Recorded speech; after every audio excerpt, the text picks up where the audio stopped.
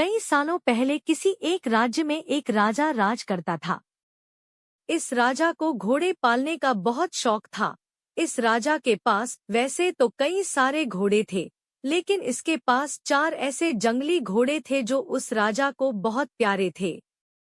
राजा ने इन घोड़ों को ट्रेन करने के लिए कई ट्रेनरों को बुलाया, मगर कोई भी इन घोड़ों को अच्छे से ट्रेन नहीं कर पाया।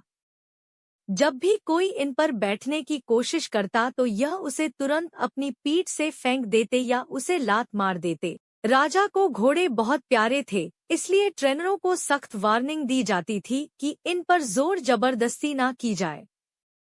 कई महीने निकल गए, मगर कोई भी ट्रेनर घोड़ों को अच्छी तरह से ट्रेन करने में सक्षम नहीं हो पाया।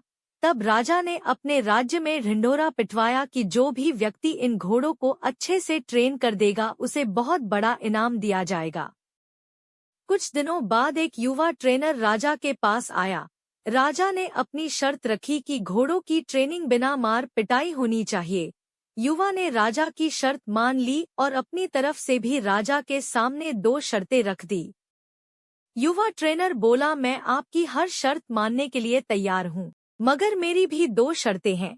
जो आप मानो तभी मैं आपके घोड़ों को ट्रेन कर पाऊंगा। राजा ने कहा, पहले शर्तें तो बताओ। ट्रेनर बोला, पहली शर्त है कि मुझे इन घोड़ों को ट्रेन करने के लिए कुछ महीने या पूरा साल भी लग सकता है, उतना वक्त दिया जाए। और दूसरी शर्त यह है कि इन घोड़ों के खाने पीने रहने का बंदोबस्त पूरा मुझ पर छोड़ दिया जाए। राजा के पास कोई और विकल्प था नहीं। कोई भी ट्रेनर आज तक घोड़ों को ट्रेन करने में सफल नहीं हो पाया था और अब तो नए ट्रेनर्स भी आने बंद हो गए थे। राजा ने युवा ट्रेनर की सारी शर्तें मान ली और घोड़े उसे सौंप दिए। युवा ट्रेनर अगले दिन से ही एक बड़े से बाड़े में इन घोड़ों को लेकर गया और वहां सबको खुला छोड़ दिया। ट्रेनर बाड़े के किनारे किनारे पर दौड़ने लगा। फिर दौड़ते दौड़ते थकने के बाद यह युवा ट्रेनर वही बाड़े में लेट गया। वहां से उठने के बाद उसने खुद ही घोड़ों को चारा खिलाया और पानी पिलाया। इन सब प्रक्रिया के दौरान उसने घोड़ों को नहीं बांधा था। अगले दिन भी ट्रेनर ने वही सारा काम दोहराया जो उसने पहले दिन किया था। यह काम उसका नित्यक्रम बन गया। वह घोड़ों को बाड़े में खुला छोड़ देता, उन्हें घास चारा खिलाता और बाड़े के किनारे किनारे दौड़ता रहता। धीरे धीरे चारों घोड़े भी उस ट्रेनर के पीछे पीछे दौड़ना शुरू कर दिए। घोड़ों को लगने लगा कि ट्रेनर उनका दोस्त है और उनसे प्यार करता है। सारे घोड़े ट्रेनर के साथ बहुत ही सहज महसूस करने लगे।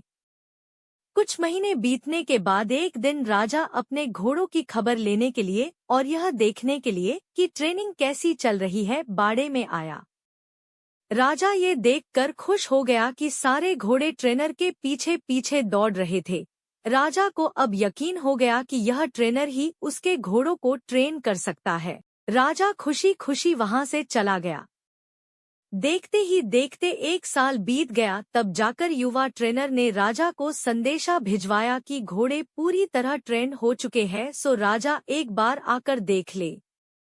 राजा की हाजिरी में युवा ट्रेनर ने एक के बाद एक सभी घोड़ों की सवारी की और उन्हें मनचाही जगह पर ले जाकर दिखाया।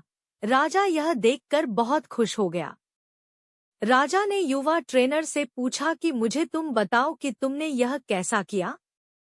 युवा ट्रेनर ने राजा को सारी बात समझाते हुए कहा, मैंने सबसे पहले इन घोड़ों को अपनापन महसूस कराया। इनके साथ रहकर मैंने इनको आजाद करके यह जताया कि मैं इनका दोस्त हूँ और मैं इनसे प्यार करता हूँ। फिर मैंने इनको खाना और पानी देकर उनके और करीब जाने की कोशिश की और इनके साथ खेलकर इन्हें सिखाने की कोशिश की। इस तरह धीरे धीरे यह मुझे अपने करीब आने देने लगे, अपनी पीठ पर बैठने देते और फिर एक दिन ऐसा भी आया जब मुझे यह पीठ पर बिठाकर दौड़ने लगे।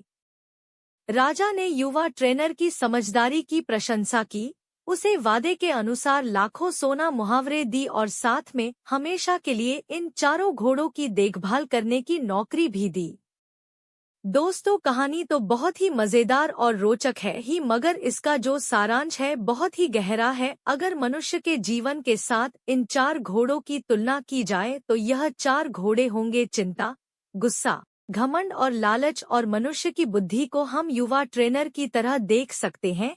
जिस तरह से युवा ट्रेन में समय लेकर और समझदारी से धीरे धीरे चारों बदमाश घोड़ों पर काबू पाया, उसी तरह कोई भी मनुष्य अपने जीवन के सबसे बदमाश घोड़े यानी कि चिंता, क्रोध, घमंड और लालच पर काबू पा सकता है। पहला अप्रशिक्षित घोड़ा जो कि चिंता है। हमारी बुद्धि को यह समझाना होगा कि चिंता बुरी होती है और चिंतन फायदेमंद होता है। चिंता किसी भी समस्या का हल नहीं होता, हाँ, चिंतन से हमें नए रास्ते जरूर दिखाई देते हैं। दूसरा उद्वड़ घोड़ा है क्रोध। दोस्तों, कभी कभी जीवन में क्रोध करना आवश्यक होता है। कभी कभी ऐसी परिस्थितियां आती है जब आपका हक कोई मार रहा हो या बेवजह आप पर जुल्म कर रहा हो, तब क्रोध करना कोई बुरी बात नहीं है।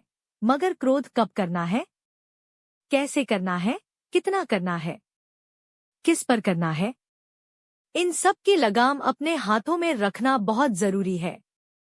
तीसरा उद्दंड घोड़ा है लालच। लालच ज्ञान पाने की हो तो अच्छी है, लालच अज्ञानता की हो तो बुरी है।